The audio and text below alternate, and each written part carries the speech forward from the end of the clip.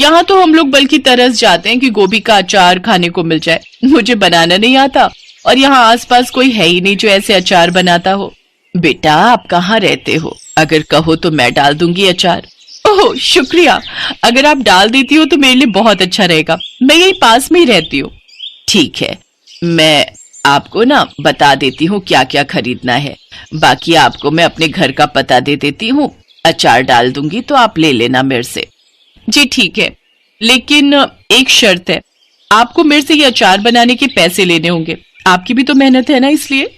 वो लेडी अचार बनाने का सारा सामान खरीद कर गायत्री को दे देती है। गायत्री अगले ही दिन गोभी गाजर का मिक्स अचार बनाकर तैयार कर देती है। शाम को वो लेडी अचार लेने के लिए आ जाती है। उस लेडी के साथ उसकी भाभी भी आई हुई थी। ये मेरी भाभी है। जब मैंने इन्हें बताया कि मैं आपसे गाजर गोभी का अचार डलवा रही हूँ तो इन्होंने बोला कि 5 किलो आप इनके लिए भी डाल दो।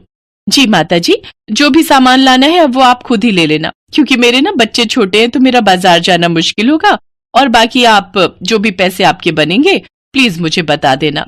बेटा, मैं क्या ही बोलूं, मैंने तो कभी आज तक ऐसा सोचा ही नहीं था कि मैं अचार बनाकर बेचूंगी। तुम्हें जो ठीक लगे खुद से दे देना। ठीक है माता जी। माता जी, ये आपके पैसे।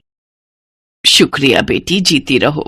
अम्मा जी, हमें तो पता ही नहीं था कि यहाँ शहर में अचार बेचकर भी पैसे कमाए जा सकते हैं।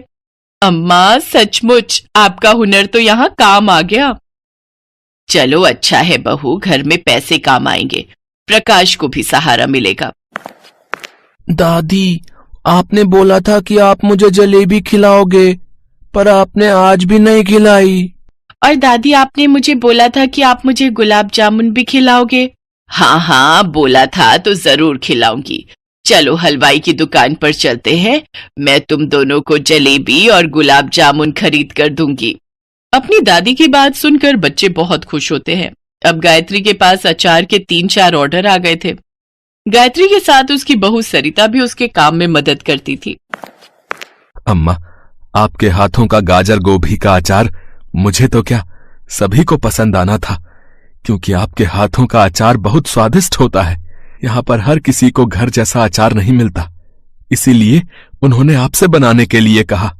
हाँ बेटा, अब एक काम कर, मैं तुझे कुछ पैसे दे रही हूँ, तो आज ही घर के लिए 2 रजाई खरीद ला। ठंड बहुत बढ़ गई है। और सुन, ये मत कहियो कि तू मेरे से पैसे लेकर नहीं खरीदेगा। बेटा, घर में मिल बांट कर काम करने से काम आसान होते हैं। खर्च बढ़ जाते हैं तो एक अकेले पर बोझ नहीं रहता। ये ले कुछ पैसे रख और आज ही कंबल खरीद ला। अपनी माँ के कहने पर प्रकाश वो पैसे रख लेता है और नए